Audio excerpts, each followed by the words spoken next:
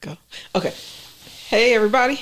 Welcome to Aunties Talk Sports, where we go beyond the game and explore the intersection of sports and culture for female fans. We are two aunties, two mics, but all game. I'm Jennifer, a.k.a. Auntie Jen, a.k.a. Jen B. And I'm Kalia, go by KB. Hey. Hey. And we have Elijah in the building. The resident nephew intern. Yes, nephew. It's been a crazy week. The week has flown by, and here we are. Life is lifing. But it's all good. It's all good stuff. Nothing bad, all good. Baby girl had her 7th birthday yesterday. Little Cameron, my girl. Yeah, so auntie age, yes, but have a 7-year-old. That definitely keeps me busy. So enjoyed hanging out with her and some of her friends. And I think the other thing that's been keeping me busy is the oldest had surgery on her ankle. Yeah, to repair a sports injury. So definitely in auntie mode, but mama mode too. Yes. And you're dealing with the teen and the 7-year-old, and I am knee deep in planning my mother's 90th birthday party. Who she requested to have a party in my backyard, so it's going down. Is her birthday in July? July. Okay. Her birthday is July 29th. Yep. Straight up Leo. That's such a blessing. Leo. I'm a Leo too, but that's a blessing to celebrate your mom's 90th birthday. So yes. She requested a party in my backyard, and I said, "Okay, we're gonna have your party. If I'm alive." I'm like, "Don't, come on now, really? Like, really?" And she has a sense of humor, though. So yes, tell all the jokes all the time. But no, I'm glad because your business is growing. Business is growing. It is, and constantly evolving. Shout out to Bright Ledgers. Yes, shout out to Bright Ledgers. Well, that's good. I knew you must have been the day job must have been keeping you busy, because as things were happening in the sports world, you weren't texting, or I usually call you, but you have been quiet. I was like, I'm gonna give Jen her space. Yeah, I was watching everything, but I was mentally noting in that, but I was busy with work. But hey, it's all good. There were a lot of crazy things that happened this week. I had a few stories that caught my eye, and I would just make note of them. Like, I have a couple, but the one that really caught my eye, and this is what I was telling you last week, Elijah. I'm always looking at, speaking of business, I'm always looking at sports and business. And the Lakers changing ownership, majority ownership hands for $10 billion. The team was purchased in 1979 for $67 million. And they sold for $10 billion. Yeah. So that's why I've been knee deep in Bright Ledgers this week. I gotta get to work with my valuation, because well, it's funny because there's being kind of in a tech adjacent space, you're always talking about, right, the exit plan or the valuation, or you want a 10x, right? That's much more than a 10x, you know. And people always say that, the Lakers are the most heralded franchise, but you see the difference in valuation, right? From the Lakers at the 10 billion, and then what was it? They just approved the Timberwolves and the Lynx sale for, I think it was like 1.5 billion. Yeah. Right. So that's like a difference of $9 billion. I don't really know if, from a business standpoint, the Lakers are worth so much more, but I definitely think the fact that it's in LA and you have that entertainment aspect of it, you bringing the stars out, everybody's there on front row, that counts for something. Yes. But I also thought it was interesting that Jeannie Buss is staying on. I was just going to say that. Yes. Yeah. Another business move that she's staying on as governor. Yeah. Whatever that means. Do you think it's a business move for her or for the incoming ownership to try to create stability, or both? The family legacy stays, and who knows how long she'll stay. And then if she is the last Buss that's going to be in that role, the last bus coming. That's legacy. She's keeping that legacy alive, so kind of staying on. So I also caught some comments by Magic Johnson when they announced the sale, and there was something that stuck out that really struck me, which is he said the incoming ownership group wasn't afraid to spend money. Mm-hmm. So I feel like Magic always kind of toes the line with always showing his love and admiration for the team and the Busses, but he's also keeps it real, you know what I mean? So I was like, has a part of the Lakers challenges just been also that they didn't want to outlay the money, right, to get everything that was needed, maybe from a player personnel standpoint? Because I was like, why else would he say that? Well, the Dodgers is why he said that too. That's also the owner of the Dodgers, right? Yeah, and so he's playing a little bit of that too. They're greasing my palm over here, so let me say. I better say something real good. Say something nice. Yeah, talk to me nice. Yeah, because I was like that. It could also be seen as like a little bit of a slight, but he loving it, right? He's part of that ownership group, and who knows? I would also be interested to know, is it? And I didn't really hear this. If it's just one like sole proprietor, or if they also had other individuals on the cap table. I don't know. Is Magic a part owner of Lakers at all? Or is he in that? He's not in that. I think it's just the Dodgers. So I think he, I think that was a little bit of why he was hyping him up too. Yeah. And you can't argue the Dodgers are a World Series team every year. So, or the last few years, I won't say every year, but every year they have a chance. But so they, obviously they have a good owner. He's crossing sports, so I think that's good. Yeah, I'm optimistic that he'll do the right things for the organization and bring it into the 2020s. Yeah, he said it's Mark Walter, I guess, is the new owner. And that's what he said. He's doing everything the right way, and he will put in the resources needed to win. Yes. And so if I'm Jeannie, I'm like, what you mean by that? Because Jeannie sometimes just leaves with her heart. And just a little, a little tight with the money. But, I mean, that's a lot of, wealthy individuals, or some wealthy individuals' ultimate dream is to own a team, right? Because it puts you in rare air. So it'll be interesting to see if we as fans, avid fans, notice a difference in the product in LA. So that was my one story, one big story that caught my eye. I will touch on something really quickly about the Shedeur Sanders speeding twice. Don't give them any headlines to write about like that. Like, get a driver. At this point, get a driver, because now it's twice. Yeah, twice. But I also, this is again the auntie in me, right?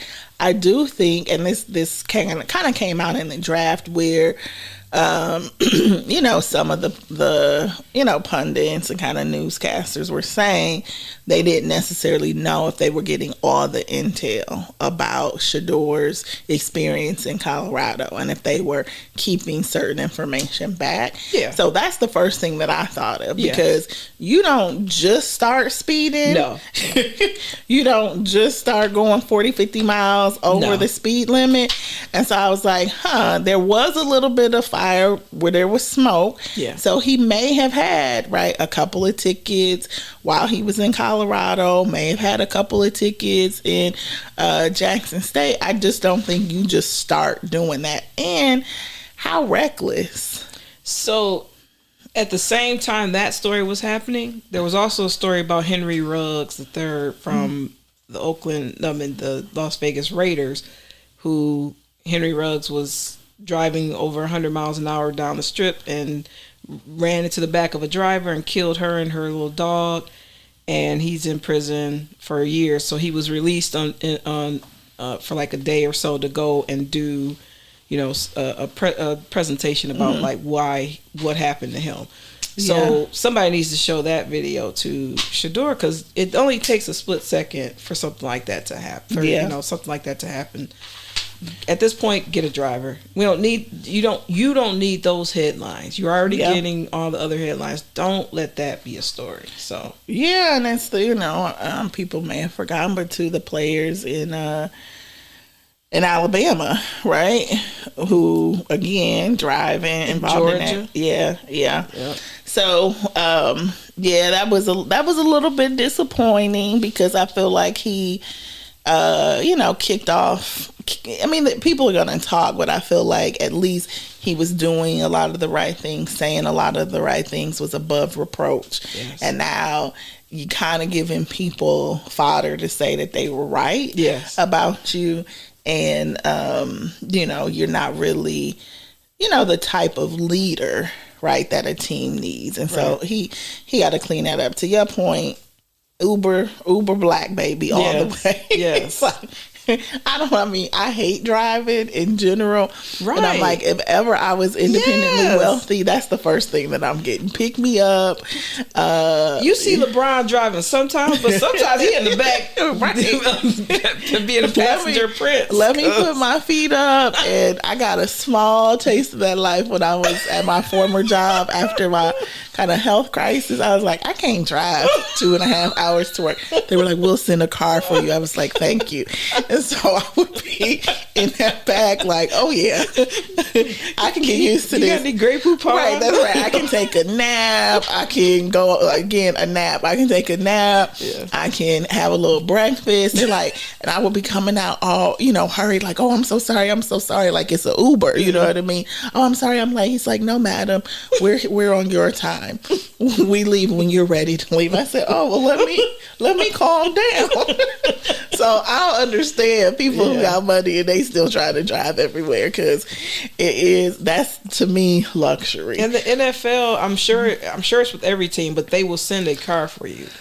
All you have to do is request it. Doesn't matter what hour. So because he probably someplace he don't want people knowing. But yeah, he has to clean that up. I wonder what Deion said. I didn't hear anything from Deion. The thing that for me this week that was so funny, and I thoroughly enjoyed it. You know how I feel about Stephen A. He grates on my nerves. I used to like him, but over the past couple of years, I feel like his ego has just ballooned. Those like Easter suits that he wears, but his the white one the other day. Yeah, but his daughter, I loved it. His daughter, they invited her on air. I loved it. And oh my gosh, she humanized him. Yeah. He like loosened up. Yes. It was just so beautiful to see him like in his kind of his dad mode. She was very funny. Yes. And then I saw online, and I don't even know where, like if this was on her social media, but she did an impersonation of him that went viral, and it was the best thing ever. I loved every second of it. She had the stare, she had the eyebrow that was going up, and she looks just like him, but in a beautiful form. Like a feminine form. But he, was telling her like, oh, the aunties out here think that I'm looking good. And she was like, oh no. Yes. Like, oh no. But that, I mean, we need more of that. Like, she needs to be a guest. Yes. It just makes him more likable and pulls him out of his, like, asshole mode that he's been in. It's ridiculous. His nephew comes on his podcast sometimes, and that's another. But he's oh gosh, I haven't seen that. He is goofy. Like, it's not his daughter's better. Yeah, but his nephew drives him crazy too. But I like the fact Stephen A. Smith talks about how the influence, people that calm him down are his sisters. His sisters put him in check. Mm-hmm. So seeing his daughter, have that effect on him was not a surprise. And but I loved every second of it. Yeah, and we will get more of it because that great. Was a and ratings. She, I guess, is an actress. Mm-hmm. So I did follow her because I was like, oh, she's like gold, entertainment gold. She could definitely have a career in sports broadcasting. So when I went to her Instagram, she's been an actress for a while. She's been in a couple movies and been in a couple of Tubi movies too. Shout out to Tubi. Shout out to Tubi. My tenant has been in a few Tubi movies. I can't with the Tubi movies. When I go get my nails done, my nail tech is always like, let me put on this new Tubi movie, and it just shout out to those are worse than Tyler Perry movies. But shout out to Samantha Smith. Got a bright future ahead. Thank you for calming your daddy down. All America, he been getting on all of America's nerves. But yeah, that was great. That was ratings gold, I would say. So you ready to break my heart? Are you ready to go to the heartbreaker? What's your heartbreaker? My heartbreaker was seeing Haliburton on the ground crying. That broke my heart. No, that broke my heart. I hate that. I would have rather to see the Pacers get blown out. I'm a wuss. Okay, I don't like when people get hurt and they play it over and over again. I can never watch it. I hate to see players like at the pinnacle of their moment and then they get injured. Like that crushes me. So I am going to venture to say Indiana might have won that game had he stayed in. The way they started, I was like, what is OKC doing? Like, y'all don't look like y'all are playing in a game 7 right mean, they ended up only losing by 12. I feel like he would have eked out 13 more points. They wouldn't have needed 30 from him. Like, you only needed 13 from Haliburton. Yeah. So that just, like, the whole, and you could see in the moment, like, when they went back and kind of replayed, you could see in the moment where, like, his Achilles popped. I was on the phone with my sister, and I'm, games on. I called myself calling her before the game came on, but our conversation ran longer. And I'm looking, and I'm like, oh, he just tore his Achilles. I didn't even see the replay or anything like that. But when he went down, it was like, no. Yeah. I said, he just tore his Achilles. Yeah. And it's that same leg that was wrapped up a few games ago. In every game, they would say, Haliburton's playing today. Yeah. And then, afterwards, they were like, if he had said he was too hurt to play, they would have called him soft. I don't know. Now you're losing the whole season. Yeah, but I feel like athletes at that level, they don't always take that risk. Like he said, if I can walk, I'm going to play. We think about, right, because to me, it was like the same thing that happened, right, with Durant, right? If you in the finals, you got a chance, right? They like, you going to play? And he like, yeah, I'm going to play, right? Get out there and blow the Achilles. So I think in the heat of the moment and everybody's going to be like a Monday morning quarterback and say he shouldn't have played. But I think the players are going to want to always take that risk unless, like he said, if I can't walk, then I'm not. But if I can walk, I'm going to get on the court.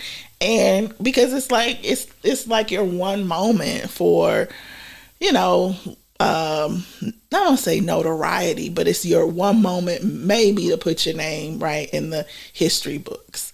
So I don't think it's the wrong decision to make. At what point does the team, or if ever, does the team or the trainers make the decision to sit him down? The trainers, and Etan Thomas was he did a whole analysis about how when he was a player, he saw trainers, like push players to play when they were not ready. He was talking about Rip Hamilton going off on the trainers when he found out that they knew about an injury of his that he didn't know about until after they had finished playing, and he went off on them. Like, you knew about this injury and you let me play, or you were pushing me to play. And they're pushing them to play faster than they're ready to. I didn't like the one picture that they put that all the zeros, Jason Tatum, Haliburton, Dame. Was it Dame? Yeah. That they all tore their Achilles. Well, it's funny because everybody, right, blames the trainers. Bob Myers was talking about all of the parties who are involved in the decision making. He's like, it's the player, it's the trainers, it's the doctors, it's the front office, and he was like, it's also the agent, right? So I guess I don't believe that you have, I'm gonna say lowly trainers, but I don't believe that you have trainers who are unilaterally deciding that players play or don't play. I think that you have other individuals who maybe try to distance themselves from the decisions once they go back. Mm-hmm. But I don't think a trainer is overriding an agent. I don't think a trainer is really overriding. Now, could they conceal, right, maybe the severity of an injury? But then we've also seen people bring in their own staff, right, which causes a lot of tension. But I'm trying to find what Victor Oladipo said afterwards, because he went on a rant on X after the injury about, him really wanting to advocate for different, I guess, policies in the NBA. And then definitely people spoke out about, the length of the season. But I mean, my dad tore his Achilles when I was younger, and so I'm surprised that actually we don't see more Achilles injuries with the amount of jumping.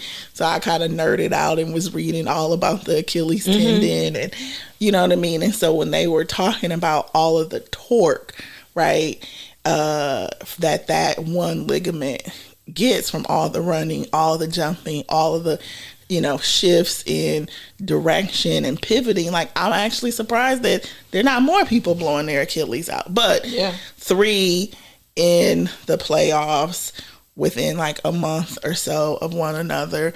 And they're actually happening more. I think the statistic was saying that maybe the last 30 years you only had a handful of Achilles injuries, and then recently you've had maybe triple in the last like decade or so. So, I mean, you had Kevin Durant, we've had Clay. Who else? Now you've had Dame,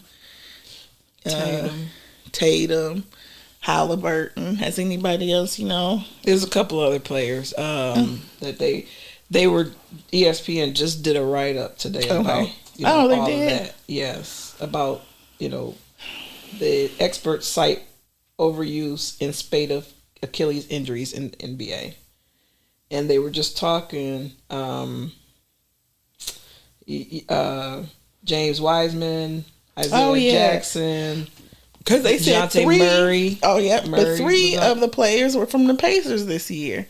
Because Wiseman is there, and then there was another maybe third player who wasn't getting as much playing time, who also tore his. Yeah. So,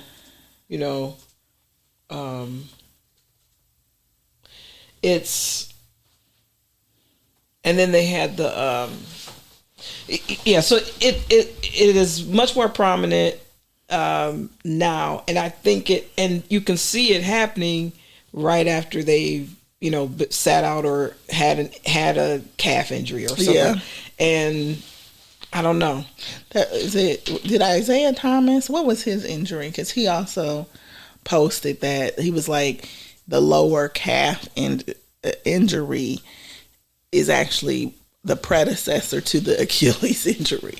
Yeah, and you have that. There's a lot of it in the WNBA too.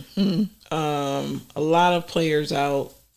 Courtney Vandersloot from Chicago. She was their leader, their vet leader, and she's out for the year with her Achilles injury.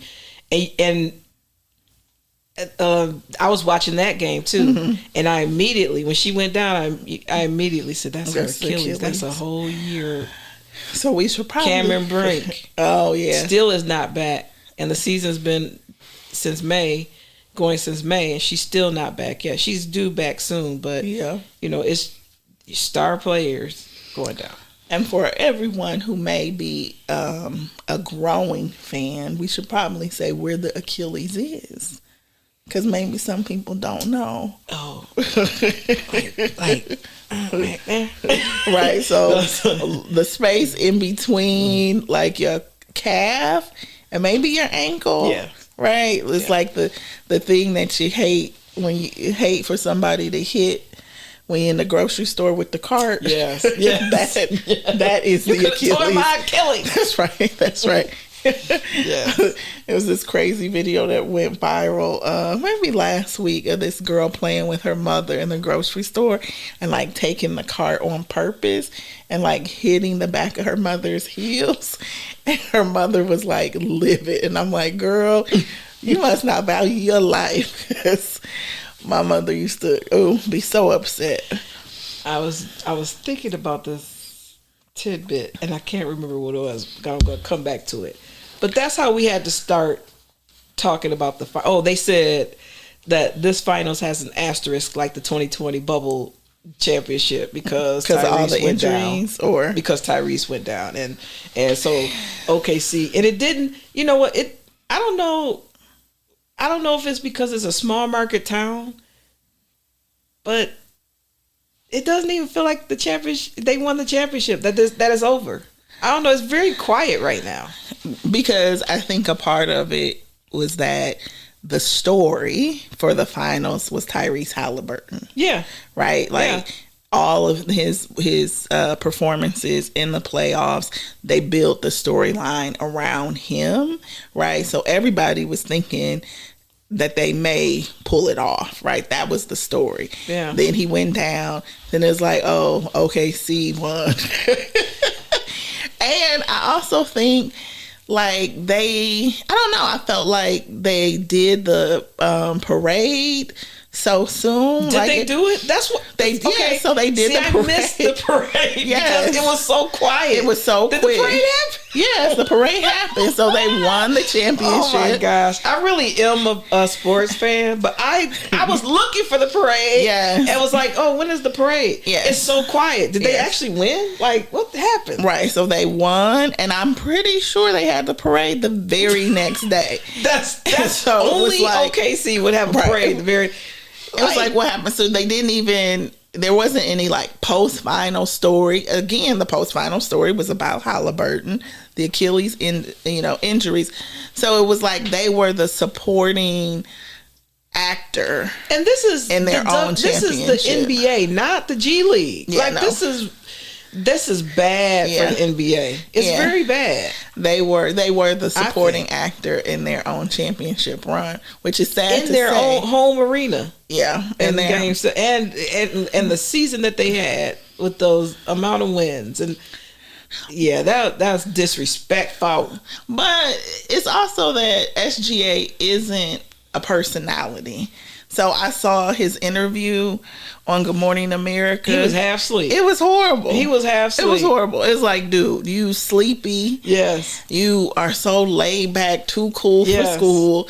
You ain't getting. And even Robin was like, it was early the next morning. Like, but you got to turn it on. I don't know. You in a small market team. Everybody talking junk. You got to turn. You got to bring some personality, a joke. This is on national TV. So you saw Robin leaned in like, are you awake, baby? Yes. What's wrong? Yeah. But I have a classmate who lives who lives down there in Oklahoma. And so she posted, she went to the parade. She was there for the game. She moved. She's from Detroit or Chicago originally. She moved down there, and she just talked about, when she got there was no nightlife. You couldn't even go to a restaurant after 9:00. And so her whole thing was like, people in other cities don't understand what the Thunder did for the community. Right, they brought an element of entertainment. Right. How the heck did they get a team? That's what I kept wondering. Like, but wasn't that it was an expansion team, or what team relocated? Seattle? Yeah. So she was like, having the team here caused more businesses to open. Yeah. Places stayed open later, like you had something to do. Right. So she was like all in, so happy, posting all those pictures. But they need to find, SGA can be the star, but they need to find a personality. Yeah. Jalen Williams a little bit, because he was talking about how beer is nasty. He gonna stick to his Shirley Temples. But they need more. They just need more. Yeah, they need more personality. They need a better storyline. I think SGA taking his braids down was probably the storyline. I mean, it was, right? He was walking in the parade. I think his braids was out, and people was like, "Oh, I don't know." I missed the whole parade. Which I gotta go back to watch. Gotta go to YouTube or something to watch. And he should have kept the braids in. I felt like his mama needed to pull him aside or something. To cut it. I don't like braids. I think they look nice. At least his are always clean. They obviously match his style. Even what he has contributed to the league this year as far as fashion, and he's been on all the GQ. I just wanted to get him some pants that fit. That's a part of his look, that like streetwear, oversized. No. But even I didn't even really see any of his fits from the finals. Like, I think he had the like chrome hearts thing. Maybe that was in the last game. No, that was in Indianapolis. But again, what he's known for, I didn't even really see. I saw a couple. See that much. Yeah, they need more viral moments. They need maybe a better content team or something. Why? I don't know. It didn't used to be. They didn't used to have all that. I mean, but now Pistons used to come with these short waves. Guess what? You know why? Because the Lakers sold for $10 billion. That's why, right? So you the owner of the team. It's like, hey, he's like, this is all work. We're not here for show. We're here for work. But that's not true. I know. That's why he wears the outfits, because he knows the whole that tunnel fit thing. The tunnel, he gonna be on the tunnel. They gonna take the pictures. Then he gonna be at Men's Fashion Week. You know what I'm saying, in Paris. Then that's gonna lead to hopefully more endorsements. It's But yeah, it was just an underwhelming, and let's talk a little bit about who did what. Shai, the first time he didn't score 30 points that I knew of. He scored 29 points in 40 minutes. 29 points, 5 rebounds, 12 assists. Who would have, like you said, the Pacers only lost by 12, right? Yeah, they made a run in the fourth quarter. They made their run. Mathurin had 24 points. He played 33 minutes. That's a lot, for him. But looking at this roster, next season, what are they going to do? They just going to lose until Tyrese comes back. No, I mean, you can't just lose. But they can. I mean, the folks tank, right? So they can get in the draft, get in the lottery, and get another young player. But my issue, looking at these stats here, and you got 0 points from Obi Toppin. 0 points. You only got 5 points from 6 points from Miles Turner, right? Mm-hmm. You got 3 points from Aaron. He was Nesmith. in foul trouble, right? Miles Turner, how many fouls did he have? I mean, he didn't play well the entire finals. Yeah. But you think, against the Celtics, Nesmith, right, had that game where he went off and hit all those threes. I mean, this was still in arm's reach. Mm-hmm. It was still in arm's reach. And I think, to your point about it being more boring, it was only boring because in some ways the Pacers lost, right? Which is unfortunate because on their side, it's the one that got away, right? This is probably the closest. But Obi Toppin said right after Tyrese went down, he was like, I'm just going to be honest. I couldn't think about anything else, right? The whole game. So just the emotional toil that took. But what's funny to me is Alex Caruso is a 2-time champion. I love it. I love it. That don't sit right. I got another ring. That don't sit right with me. I mean, it's valid. He was on the team, but hey, I think that's did he ask to leave the Lakers? He didn't ask to do. No. But that's why sometimes the ring conversation does have to have an asterisk because you have NBA greats that don't have a ring, and you got an Alex Caruso that's a 2-time champion. Right at the end of the day, Charles Barkley, even a Steve Nash have done more for the game than Alex Caruso has ever done, but he has 2 rings. So I think that shows the limit of the ring conversation. But he's all right with me. I mean, I like him as a player, but 2-time champ. I don't know. So I saw something that was like they always say the champion is this the start of a Thunder dynasty? No, I don't think so. No, I don't think so. It would take a lot for them to repeat. It'll take a lot for anybody to repeat, but I don't see them having the season that they had this year. It's so hard to get back, and I hate that Haliburton is out, but I don't see any way that they get back to the finals. Who, the Pacers? The Pacers getting back to the finals. And I don't know that OKC would win the same number of regular season games that they won. I mean, the West is always way more competitive than the East. I was going to say, the East is about to be in shambles. And so I don't see... I don't necessarily see them repeating. Yeah. But I do want to give a shout out to SGA. He was only the 4th player in the history of the NBA to win both the NBA MVP, the scoring title, the Western Conference the Conference Finals MVP, and the NBA Finals MVP, and that was shared with only Shaquille O'Neal, Michael Jordan, and Kareem Abdul-Jabbar. So he is in rare company. Yeah, he is. So do you think he should have gotten the MVP? Because some people felt like Jalen Williams should have gotten it. It's just like Jason Tatum and Jaylen Brown last year. I could argue for both. And so I do. It's SGA's team.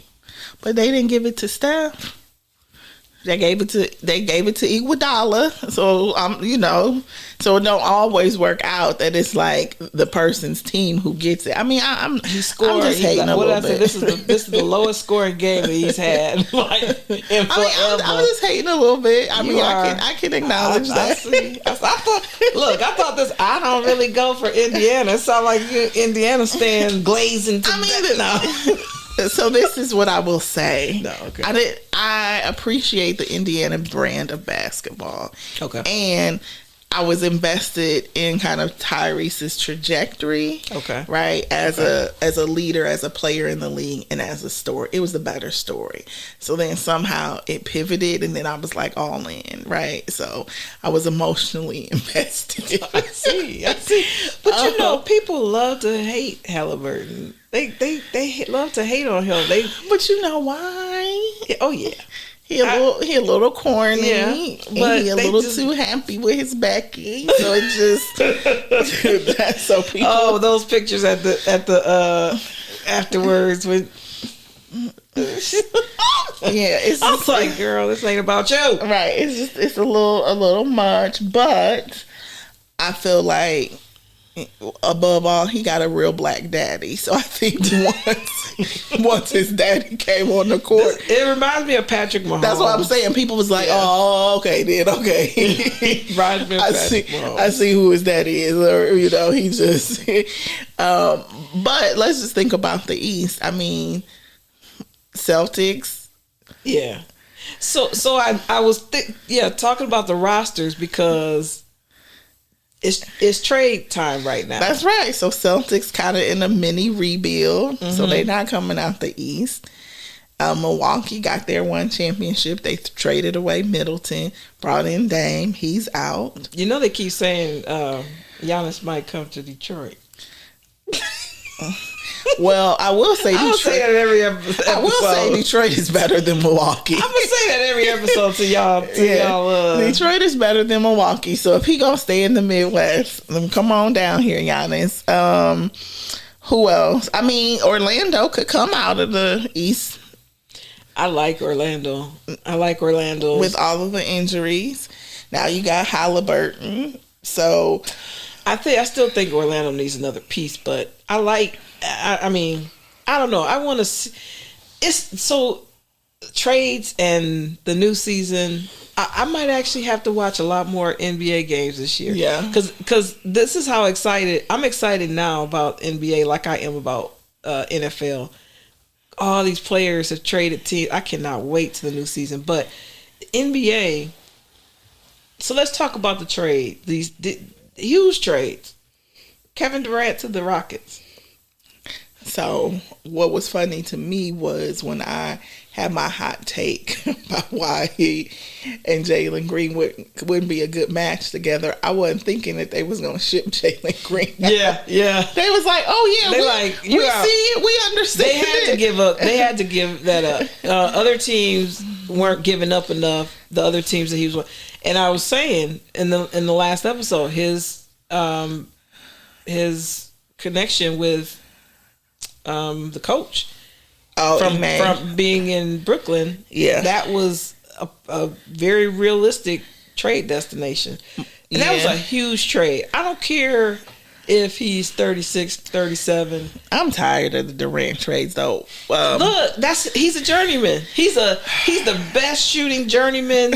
Look, they were like he completed the rainbow colors of the jerseys now, but he's the best shooting journeyman I've ever seen.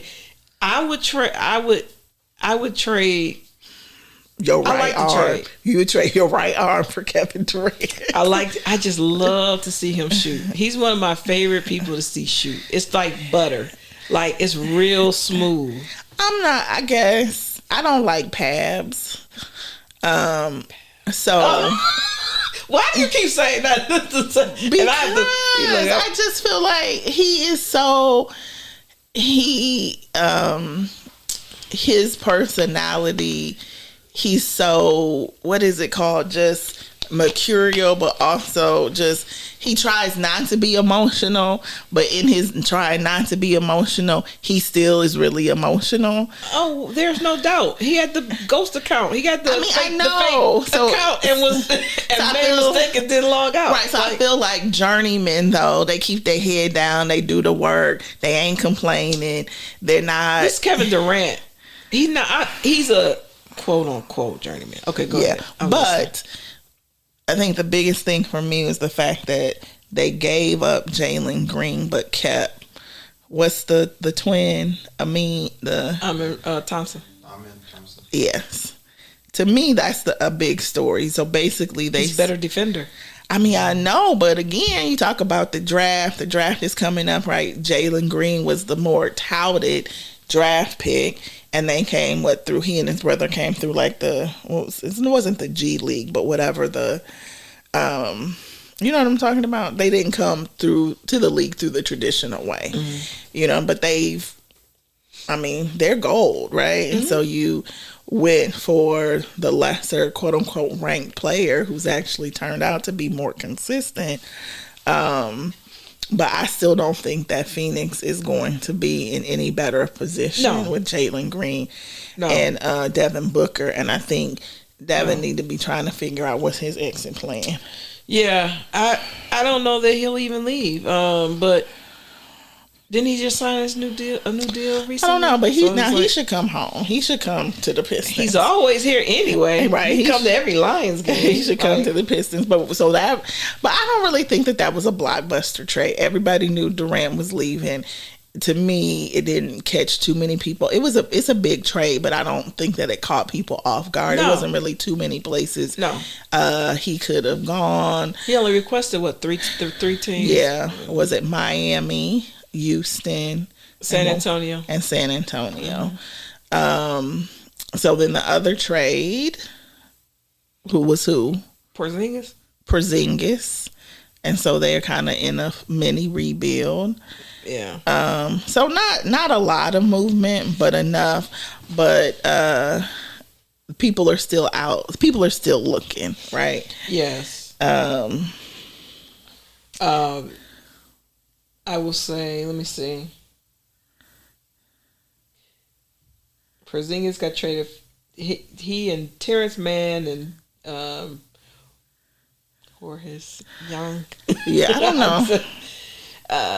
Or traded. But, okay, the piece in the Houston Phoenix trade that was interesting to me was Dylan Brooks. Oh, yeah. I feel like that's a big loss for the team. Yeah. That defense, the toughness. Role. Yeah. Well, maybe Thompson is going to fill in.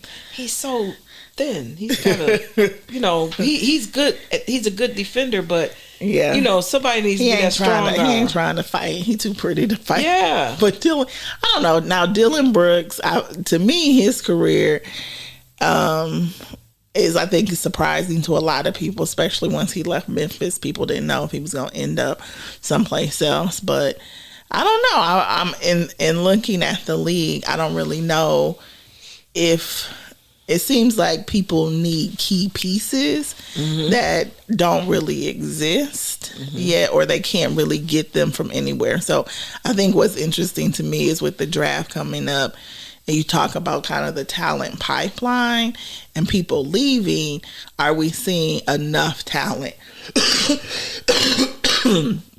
Are we seeing enough talent, whether that's from the G League come up, is that from overseas, or is that through the more traditional route? Because a lot of teams are like two pieces away, right, from being really competitive. So, yeah, but the East is looking raggedy. Yeah, CJ McCollum got sent to the black hole. Right. That's right. You said, right. So you said that was another blockbuster.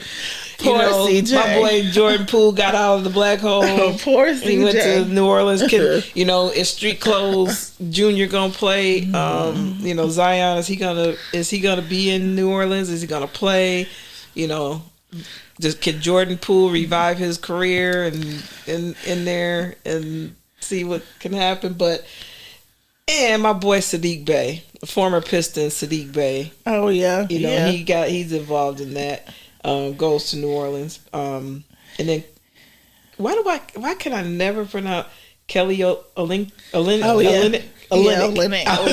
He a role player. A good outside, a good shooter, good role player.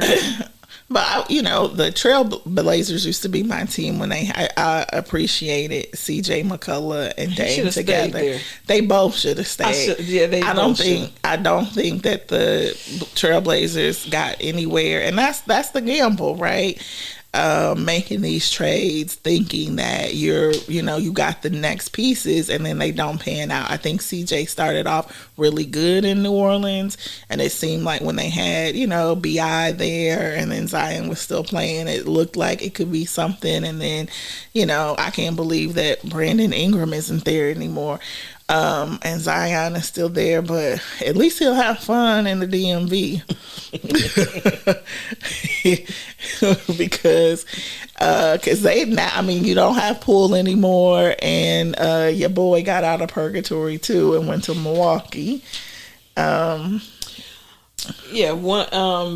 Boston also, traded Drew Holiday for Anthony Simons.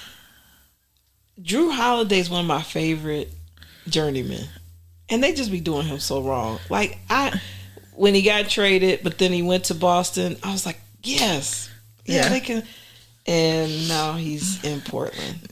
So speaking of journeymen, so that's a 2-time NBA champion that I'm okay with. Wow. Well, no, because I don't like Caruso. It's just the caliber of player. So again, you talk about and White from Boston and Holiday. They kind of remind me of each other. Who? Alex Caruso and Drew Holiday. And not Drew Holiday. Drew Holiday's more of the, but White from what's the name? First name? Not Derek White. Derek White and Caruso kind of remind me of each other, like the scrappy. Yeah. Go dive on the floor for the ball. They kind of remind me of each other. So I'm okay with Caruso. I mean, it's just, again, it's all right. It's. I think Drew was probably, again, very well respected in the league, right? So, and a true journeyman. I feel like Alex just kind of lucked up.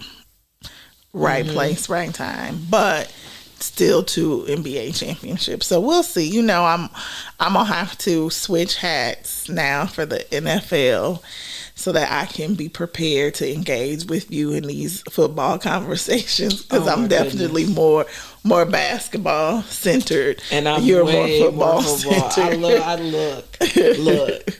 I was watching Aaron Rodgers talking about this might be his last year. I was like, I hope so. Like, he's about 50 years old. Like, go sit down. And I still don't think he's married. I think he was trolling. I still haven't seen anything about that. But he was football. He was wearing his, what's the ring you got on now? The Aura. Yeah, he was wearing his Aura ring. Yeah, I'm going to move it to my ring finger. Make y'all think I got married. That is hilarious. But, yeah, so the trades, the draft is tonight. Cooper Flag is going to go number 1. Yeah. That's the worst kept secret in the world. And who has the number 1 pick? I'm sorry. So the draft already started. The 76ers are on the clock. So it's the draft is shaping up like everybody expected. So what do you know about Harper? We all know about Flag. What do you know about Harper? Well, actually, from what I've heard and from what I've seen, he's actually, one of his player comps is Cade Cunningham.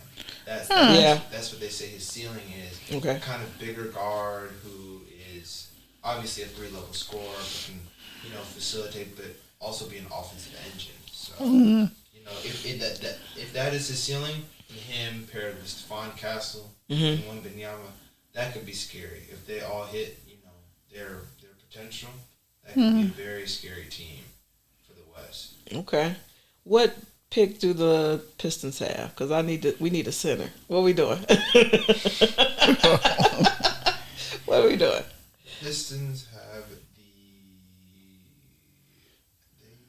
they have a first round pick? It might not. I think they don't have it because of a trade. Yeah, I don't think they have a pick this year. So on the clock, we have the 76ers. I know that's your team. Yeah. Right. So who do the 76ers need? If you were in the front office, who you picking?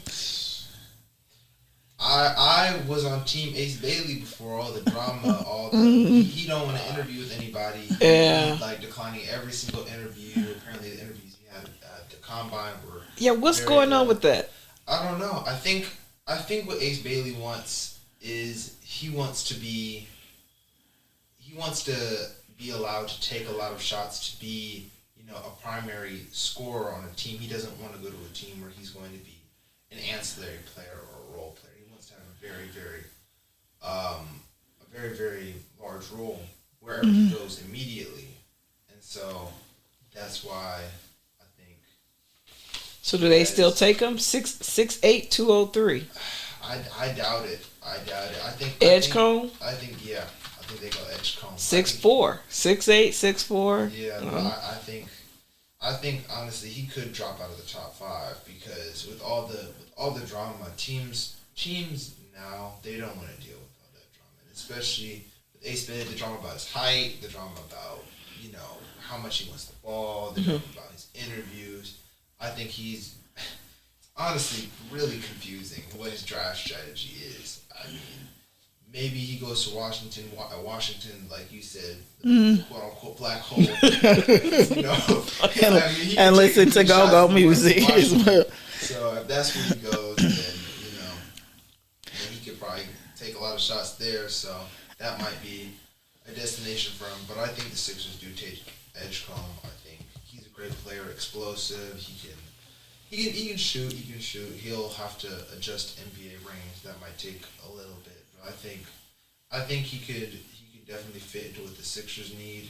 But yeah, Ace Bailey, that's been a crazy story. What's the controversy about his height? His height? The controversy about his height is not really a controversy. It's just one of the things early on before even the drama about his interviews was he was listed in college at Rutgers at 6'10", and then at the combine he was measured at 6'8". Okay, 6'7". 6'7", like 3'4", I think it was, or yeah, somewhere around there. And a lot of teams started, questioning, whether or not, they why they was lying about his height. I don't know. I don't know how to add too into. He must be wearing some really, really big shoes, I guess, during his measures at Rutgers. But yeah, that was the first. Okay, but that controversy kind of happened during the Olympics. When they took all the team photos and they were like, no, this ain't adding up. So, how tall? Right, how tall? And so people were like, okay, look at Bam, right? And then look at everybody else in comparison to Bam. But the other thing is I haven't really heard about, again, who was hosting the draft this year. Where's the draft? I think it's in New York. Do they York? Rotate it? They don't rotate it for the NBA. Oh, okay. I don't know. Like they do for the NFL. It's in Barclays. Okay. Oh yeah. I did know that because they kept saying we'll be at Barclays. Yeah, well, it'll be an exciting time. I gotta get my mind right for the NFL season. I'm ready. I am ready. So, are you gonna make we need to get you on record for a prediction for the Lions. So you know what? The other night. Game 7, I was going to text you and Elijah, like, I'm picking OKC to win. And then at the beginning of the game, I said, ooh, I'm so glad I didn't text them because I think they're about to lose. And then Haliburton got hurt. And then I was like, okay, we got to check. But in the first half, they were still, neck and neck. Yeah. And I was like, oh, no, they better adjust in the second half. So when they came out and they played better defense in the second half of getting, just getting their hands up and deflecting balls and there was getting turnovers. A lot of turnovers in the game. But. Yes. So my prediction for NFL, I don't know. For the Super Bowl. Oh, Super Bowl? Yeah. I gotta look. I could see Philly going back. Okay. I could see. Yeah, I'm never gonna really bet against KC. Kansas City and Philly. Perennials. A rematch. Yeah. So I don't know. It's so early to tell. I actually need to sit down and see what all the changes that have been made because a lot of players changed teams this year. So I got to look at that. So do you feel like the Lions are gonna get back to? No, they have a very tough schedule. I How about next episode? I'll come and tell you what I'm gonna run down my prediction of every game of the season for the Lions. Yeah, and I'm gonna try to pick with my head and not my heart. Edgecombe. Yep, he just went. You called it. Yeah. So that means Ace Bailey's gonna fall. So it'll be interesting to see where he goes. Did he have a team? Maybe he has a team that he secretly wanted to go to, and because I know he, canceled visits or whatever, but maybe he has a team and he's doing a very good job of hiding it because it seems like he's just alienating every single. He's acting like an NFL draft. Yeah, pick. That's what I was like. I don't really see this in the NBA too much. Yeah. So we talked about the finals, the quiet finals. We talked about trades. I want to see was today the last day of I thought it was July 1st was the last day of the trade deadline, but maybe it is today. I don't know because the draft is today. But I really want to see. I have been so. I'll tell you what I've been watching. I've been watching the finals, and I've been watching as many WNBA games as I can. It's great. It's a great season right now. There's a lot of player drama. Lots of drama. There's I feel like every game talking. Somebody is like getting into a fight. Every single game. The thing that made me mad was Marina Mabry, who used to play for the Chicago Sky with Angel Reese last year. Mm-hmm. She body checked Caitlin, and the headline said, Angel Reese's former teammate slams Caitlin Clark. It's like, come on, y'all. Y'all doing the most. But the story today was DeWanna Bonner, who's what is she, maybe 30? She's been in the league for many years. She's a vet. She's making about $200,000 a year, so she's one of the higher paid vets. Mm-hmm. She's been away from the Indiana Pacers. She was traded from the Connecticut Sun to the Indiana Pacers this year. I mean, the Fever. Indiana Fever. She was on the Pacers, but y'all didn't see her play. She filled in for Haliburton. Y'all didn't see her out there? No, but she was traded to the Fever, and it was kind of an odd fit anyway. She's more of a steady, slow and steady. Mm. Indiana wants to run this year. They want to be fast paced. And so the last couple of games she's been out. And it's been for quote unquote personal reasons. Mm. And everybody speculated, she's going to retire. She doesn't want. So today she was waived from the Indiana Fever. And she hasn't really said, she just said it wasn't a good fit. Mm. So conspiracy theorist Jennifer, Auntie Jen, has been like, she didn't like how, the dynamics of the team or like the culture of the team. Mm. There's a lot of divisiveness with this team and other teams, and the Tres Leches, who are Sophie Cunningham, Caitlin Clark, and Lexi Hall, who are like, and Sophie Cunningham's like the enforcer of the team now. And so they're like this, she's made some controversial comments about like, why do y'all let this stuff happen to Caitlin, playing into that narrative. But so there's some drama happening in the WNBA. And I saw that Stephanie White, the coach too, was the absence. And her partner's mother has been sick. So it's a little shaky, I think, from an organizational culture standpoint. Yeah. And they haven't really, and that's why I think people were really shocked that Natasha Cloud went there. You know what I mean? And it just, they need to figure it out from an organizational culture standpoint, because I think, to your point, players in the WNBA have been more justice focused right? Just as a league, definitely more in the forefront. And so then you come to Indiana and there's this like meta narrative. And so for a lot of those players, I'm sure, right, some of them don't really like that undercurrent. And then I feel like also that's why Aaliyah Boston doesn't really get a lot of respect. I feel like people be punking her all the time. Yeah, she does. Well, she doesn't really play physical ball. So, but I'm going to tell you what, she gets her points. And her rebounds, and so she's a quiet assassin is what I call her. But Indiana, last night I watched the Sky game. Sky played Didn't they play the Sparks? They played the Sparks. Yeah. And at first they were losing, but they got it together and they are gelling. They're gelling. Angel Reese double, and it's not because it's not rebounds. She only had like 3 rebounds. But high double, like 17 rebounds, 18 points. The only thing about them, so they talk about Tyler Marsh, the coach, being a player development coach.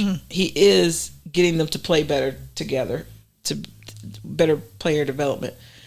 The bad thing is, last night was Camila Cardozo's last game for a while because she's going to play with the Brazilian national team. And I'm like, just when they're hitting their stride. So I have to see like how they're going to adjust to that. She's a huge part of their offense and their defense. She got to step up on the defense, but she was career high last night. Yeah. And so the Chicago looks like they're getting better. But now it remains to be seen what happens with Cardozo gone. But that's why I was saying that fight between Rakia and what was the player? I was shocked by that. I feel like Beck Hall. Yeah, Rakia usually is finesse, but she was hot. Detroit came out. If the Detroit came out, and it was interesting too because Angel was trying to be the peacemaker in the exchange, and she was like, She tried to tell this girl, "You don't want no smoke with right. Don't do that." Right. She pulled her teammate way off. That's right. And but then she was like, just chill, and Rakia was like, they want them not to like each other. I keep trying to look for signs like do they rock with each other? I don't know. I mean, I don't think because they used to play AAU ball together and stuff like. But I don't think there's hate, but Rakia was like, we ain't on the same team tonight. No. Don't be trying to touch me. Don't tell me. I think when people are like hyped up, sometimes they don't want people trying to call them down. They want to stay hyped. Yeah. And she definitely wanted to stay hyped last night. But so I'm loving. There have been some concussions. So we talk about the Achilles. There's been a few concussions. Even Asia Wilson and. Asia Wilson had a concussion. She was out for a few games. I love how Bam trolls her. He trolls his woman. She had on the what do you call it? Like the zebra print. And he put the little meme up. The zebra dance and stuff. He trolls her in every game, like her outfits and stuff. I just love it. But I'm loving and I'll do more deep dives on the WNBA because it is very exciting right now. The Valkyries are an expansion team, and now we know who the brains were behind on the Las Vegas Aces because their coach is aiming for Coach of the Year. She has a great team out there. They are not playing like an expansion team. So I'll do some more deep dives on WNBA because it's awesome. And then when that season ends, I'll do even more deep dives into Unrivaled because women's basketball is the future. And oh goodness.